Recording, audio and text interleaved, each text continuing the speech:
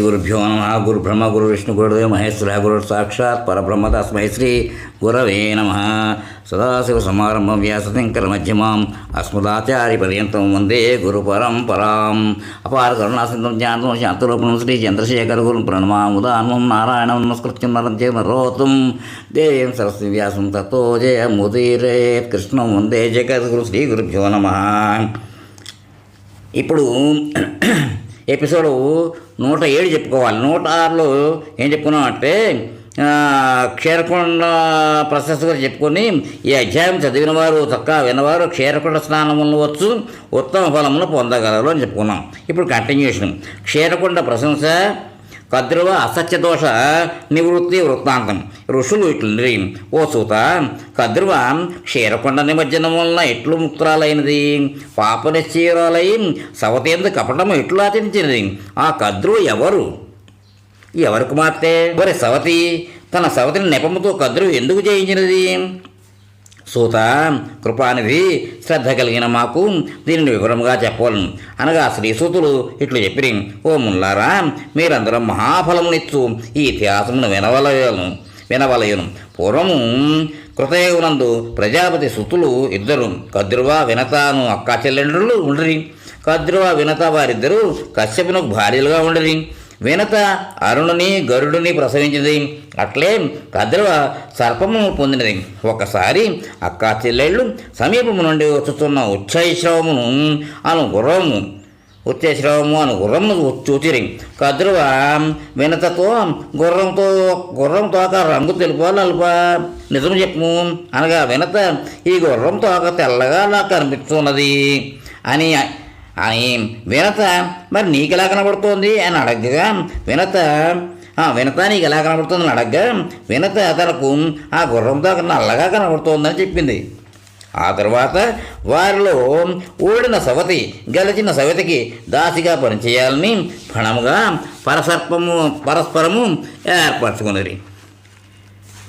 ఓ బ్రాహ్మణులారా, తరువాత కద్రువ వాసుకి మొదలైన సర్ప ప్రముఖులను తన సుతులను పిలిచి వారితో వినతకు దాసిని కాకుండా చూచుటకై మీరు ఆ గుర్రం తోకను కప్పమని అనగా వారు అంగీకరించలేదు. దాంతో కోపగించిన కద్రువ వారితో, మీరందరూ జన్మేజయుని యాగంలో మరణించదురు అని చెప్పించను. కద్రువ శాపమునకు భయపడి కర్కోటకుడు తన తల్లి చెప్పినట్లు చేయుటకు అంగీకరించి అట్లే చేశాను. ఆ విధంగా మాయోపాయంతో కద్రువ పందెములో గెలిచి వినతచే దాసిత్వం చేయించుకొనసాగాను. ఒకసారి కద్రువ వినతతో తనను మోయమని, అట్లే గరుడుని తన సంతానమైన సర్పం మోయవలసిందిగా చెప్పినది. ఇట్లు వినత గరుడులు కద్రువ చెప్పినట్లు చేయసాగిరి. ఒకసారి సర్పములు గరుడుని చేటీపుత్ర అని సంబోధించుటే దాని అర్థమును విపులీకరించమని తన తల్లి అయిన వినతను గరుడు అడిగింది. అప్పుడు తల్లి వినత సుతునితో, ఓ పుత్రక, క్రూరులైన సోదరితో ఓడింపబడితిని, అందుకే ఈవేళ ఆమెకు దాసినైతిని. అందుచేతనే నీవు చేటీపుత్రుడు అయితివి. అందువలనే నీవు సర్పమును మోయిచూ ఉంటివి.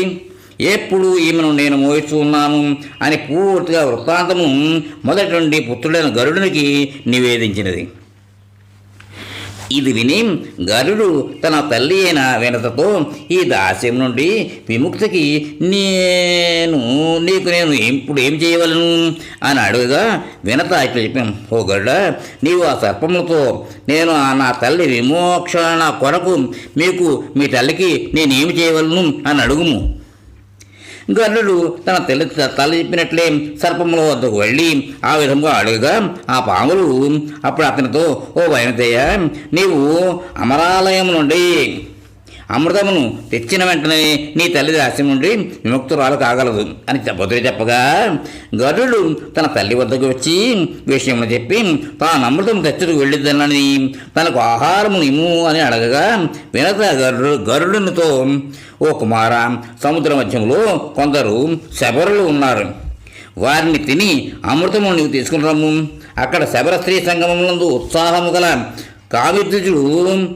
కామి ద్విజులు ఎవరైనా ఉండినా వానిని తన బ్రహ్మతేజస్తో కంఠమును కాల్చుతున్న వానిని ఆ బ్రాహ్మణుని విడిచిపెట్టుము, మరుత దేవతలు నిన్ను రక్షించనిము అని తల్లి ఆశీస్సులు పొంది గరుడు పెద్దగా పెరిగి వెళ్ళాను. గరుడు శబరాలయంలోకి వెళ్ళి భుజించుతున్న అతని ముఖములో గల తెరచిన నోటిలో వ్యాధులు ప్రవేశించిరి. ఓ మునిశ్రేష్ఠులారా, కంఠమును కాల్చుతున్నది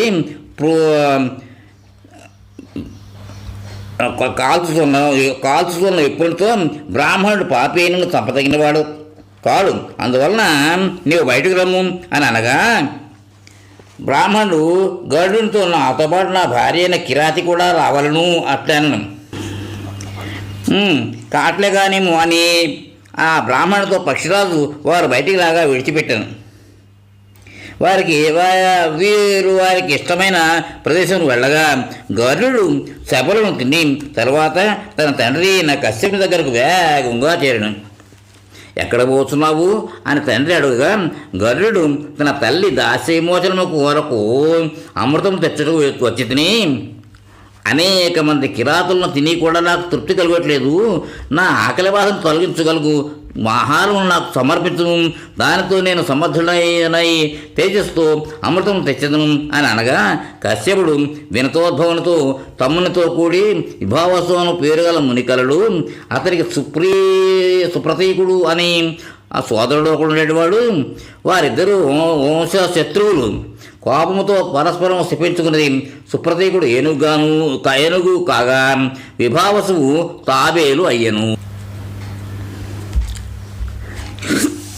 ఇప్పుడు ఆ రెండు ఈ సరస్సులో వైరంతోనే ఉన్నవి కాబట్టి ఓ విహంగమా, ఆ రెంటిని నీవు తృప్తిగా తిని అమృతం తీసుకుని రమ్ము అని తండ్రి చెప్పగా, పక్షిరాజు గజకచ్చపమును తన పెద్ద కాయముతో ఎత్తి తన గోడతో వాడిని ధరించుతూ విలంబమున పేరుగల సంతీర్థములకు వెళ్ళాను. అత్తటకు వచ్చిన పక్షిరాజును చూసి దాని తీరంలో గల మహావృషం వైనదేవునితో ఇట్లను, ఓ ఖగరాజా, శతయోజనము గల నా ఈ శాఖను అధిరోహింపము, నీవు గజకూర్మము భక్షింపము అని అనగా, గరుడు అట్లే చేశాను. కానీ అతడి భారముతో ఆ చెట్టు యొక్క కొమ్మ విరిగినది. ఆ కొమ్మకు వేలాడుతున్న అధోముఖులైన వాలకిల్యములను చూచి వారి పడిపోదులని అనుమానంతో ఆ కొమ్మను తన తండ్రి అయిన కశ్యపుని ఆజ్ఞతో నింపురుష నగరము ముందు ఉంచి గజపచ్చమును ఆ పక్షిరాజు భూయించి, ఆ పనికి దేవలోకమునందు ఉత్పాతము కలిగినది. ఇంద్రుడు ఆ ఉత్పాతమును కారణమేమి అని బృహస్పతిని అడగా ఇట్లు చెప్పాను, ఓ ఇంద్ర, పూర్వము కాశ్యపుని క్రతువుతో పూజ చేశాను. దానిలో పాల్గొన్న ఋషులు సిద్ధులు మొదలైన వారిలో పొట్టిగా అంగుష్టమాత్రులైన సంభారంలో కూడి ఉన్న వాలకిల్యులను గోష్పద జలం ముందు స్నానమాడుతున్న వారిని చూచి నీవు నవ్వితివి. నీతో అవమానింపబడిన ఆ వాలకిల్యులు కోపముతో యజ్ఞవాహినియందు హోమం చేసేది. వారు దేవేంద్రుడికి శత్రువు కశ్యపును కలగవలని కోరారు. ఆ కశ్యప కుమారుడే గరుడు అని చెప్పాను. గరుడు అమృతము కొరకు వస్తున్నాడని తెలిసి దేవతలు గరుడునితో యుద్ధం చేసి గరుడును వివిధ రీతులలో బాధించగా, గరుడు దేవతల దృష్టి లోపించినట్లుగా తన రెక్కలతో దుమ్ము లేపాను. దేవతలు పరుగున తర్వాత అగ్ని మొదలైన వారిని కూడా తగిన రీతిలో ఓడించి తీక్ష్ణమైన అంచులు గల తిరుగుతున్న చక్రమును సమీపంలో అమృతమును రక్షించున్న దానిని చూచి ఆ చక్రము రంధ్రము గుండా శరీరం సంక్షేపించుకుని లోపలికి ప్రవేశించింది. తర్వాత నోరు తెరచి ఉన్న భీష్ణాకారముల 2 పాములు చూచిన గరుడుని చూడగానే ఆ పాములు భస్మమైనవి. అప్పుడు గరుడు పక్షతుండములతో కప్పి అమృతమును తీసుకుని పైకెక్కిరను. అప్పుడు గరుడునితో మాధవుడు ఇట్టను, పక్షీశ, నీ వలన సంతోషం కలిగినది, సువ్రత, వరమును కోరుకొనము అనగా, గరుడు హరితో ఈ విధముగాను, మీ పైన నేను ధ్వజముపై ఉండవలను, నాకు జరా మృతి కలగకూడదు అని అనగా, హరి అట్లే కానిమ్ము అని చెప్పి, ఓ వినతాసుత, నాకు నీవు వాహనముగా కమ్ము, నా రథం మీద జెండాలో కూడా నువ్వే ఉండవలసినదని చెప్పగా, అట్లే కానిమ్మని గరుడు పలికి అమృతము అంటే ఖగము గరుడు తీసుకుని వెళ్ళినట్లు తెలిసిన ఇంద్రుడు వజ్రాయుధము పక్షి రెక్కలపైకి విసరగా, గరుడు నవ్వుతూ ఇంద్రునితో ఇట్లను, ఓ ఇంద్ర, వజ్రాయుధం వల్ల నాకు భయం లేదు, బాధ లేదు. నీ వజ్రాయుధము సఫలం చేయునట్లుగా తన రెక్క నుండి ఒక ఈకను వదిలాడు. అతడి శోభనమైన రెక్కలు వర్ణమూలన సుపర్ణుడైనాడు. బంగారమయమైన సుపర్ణుని చూచి అందరూ ఆశ్చర్యపడిరి. ఓ బ్రాహ్మణులారా, అప్పుడు గరుడు శుక్రుడితో ఈ విధముగానెను, మీతో పాటు ఈ చరాచరమైన జగత్తునంతను ఎల్లప్పుడూ మోయుటకు అమోఘమైన శక్తి నాకు కలదు.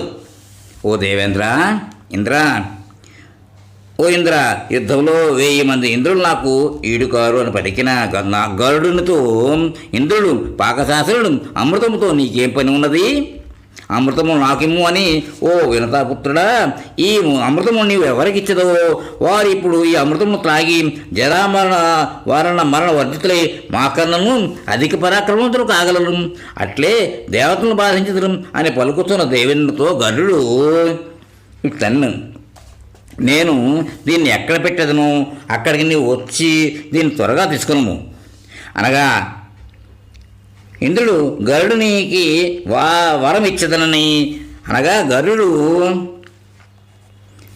ఇంద్రుడితో సరీసృపములు నా తల్లి దాస్య విషయంలో చలనము ప్రయోగించి అందుచే వారు నిత్యము నాకు ఆహారం కానిము అనగా, అట్లే కానిము అని ఇంద్రుడు అతడితో అనను. తరువాత గరుడు అమృతమును తీసుకుని వెళ్ళాను. పోసుల గరుడుని ఇంద్రుడు అనుసరించసాగిన.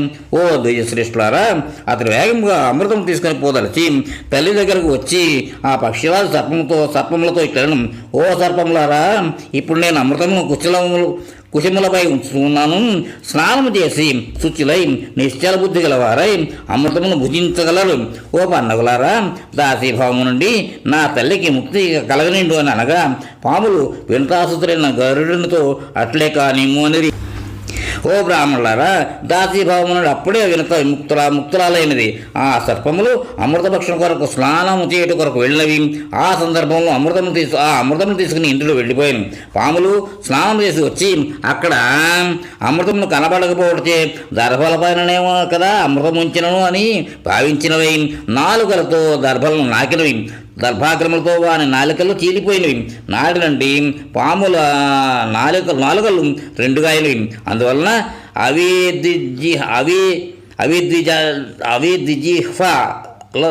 అవిద్విజిహ్వలని అనబడినవి.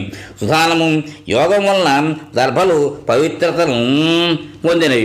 గరుడు తన తల్లిని దాసీభావం నుండి విడిపించి నెపముతో చేయించిన తల్లి కద్రువను కోపంతో శపించాను. కద్రువా, నీవు నా తల్లిని మోసంతో చేయించినవి కదా, అందువల్ల నీవు భర్త పరిచర్య యందు అర్హురాలు కావని చెప్పించి గరుడు యథేచ్ఛగా పోయాను. కద్రువా వినతులు ఇద్దరు తమ భర్త కశ్యపుని సమీపమునకు వెళ్ళి, కశ్యపుడు కద్రువతో కోపముగా, ఓ కద్రువా, వినతను మోసంతో జయించితివి. ఇక్కడితో ఎపిసోడ్కి విరామిద్దాం, తర్వాత కంటిన్యూ చేద్దాం. స్వస్తి.